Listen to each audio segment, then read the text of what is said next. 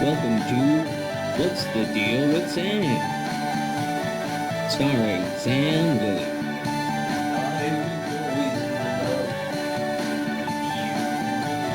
Join Sam as he discusses a wide variety of topics.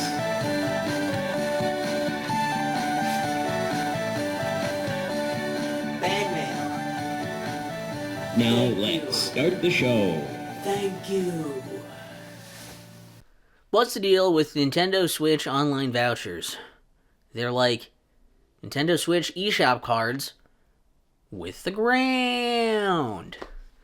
So basically how these work, if you haven't looked into them or don't even know what the fuck they are, you can go on, if you have a if you have a Nintendo Switch online membership, you can go in and you can use these cards.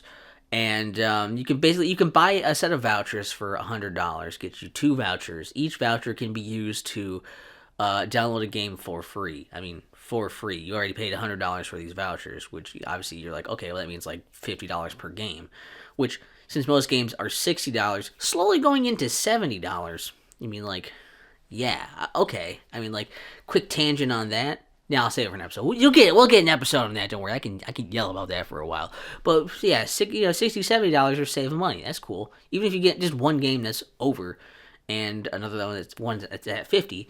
Yeah, cool. Sounds cool. The real catch though is that 2 things. Number one, you have to. 3 things. Well, fuck it. Let's say 3 things. The one thing was already we said. You have to have a Nintendo Switch Online membership, which individual membership it's gonna be like $20 for the year, whatever. So I don't know. If you're already getting it for other stuff, maybe you don't really count that as being a thing as part of it, but okay, whatever. Whatever floats your boat, whatever your subscription thing is. Most people probably already have one anyway for other reasons, so fine.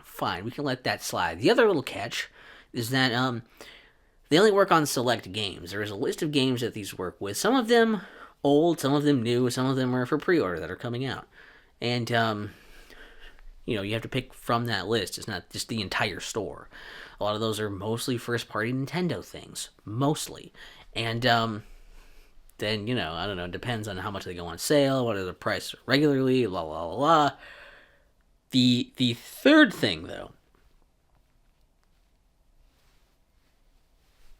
is they expire within a year. You have 1 year to use them, which is not bad. Again, if you're going to be getting these games anyways, not bad, right? I think Nintendo's mentality here is probably, say, we could get somebody to spend $60 here, and then eventually, once they're done with that game, spend another $60. But if we give them this deal here, then they can get this we get $100 right up front. And that way, we know that, well, yeah, we're missing out on $20 if they were going to get 2 games. But this way we get it right up front, and then even if they don't do anything else with it, even if they get nothing with it within a year, that's just free money. In fact, I have to kind of get myself another one of these games because I got Tears of the Kingdom last year, and it's coming up on around when that was out, and I still haven't got a second game. And I mean, that was $70. So that was like part of like, oh, cool, I'll save money on that. And then I just haven't got another game yet. Clock's ticking, and I don't have a super urge to get fucking anything on that list still. So I'm just gonna have to bite the bullet on something.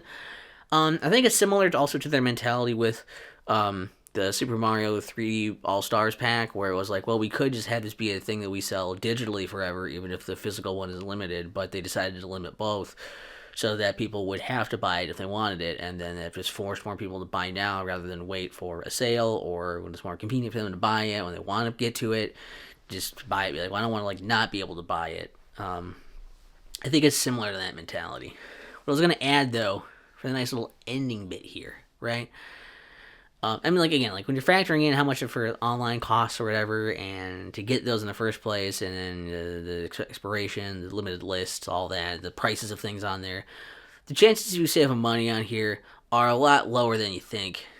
More likely to break even or just be paying Nintendo more through this bullshit. So be wary of doing it. It's not really worth doing. But here's the thing. If you want to go ahead and look at the list of applicable games on there, go ahead and give me some suggestions of what you think would be the best thing to get. I'm not going to try to bore you with, I have this, this, and this already on there. I just want you to tell me what is, obviously I said Tears of the Kingdom I already have. But, like, other than that, what are the other things that, like, what are the best games on there just in general? If you had Nintendo Switch vouchers, let's say you just happened upon a couple of them. What 2 games from that list would you get? Leave that in the comments. I will look at that. I will consider that because right now I'm having trouble deciding on anything of what I want there. So that might actually help me to make the decision. So, yeah. Well, what's the deal with Nintendo Switch online vouchers? They're like the bike voucher in Pokemon, except you don't get a bike for it with the ground. What's the deal with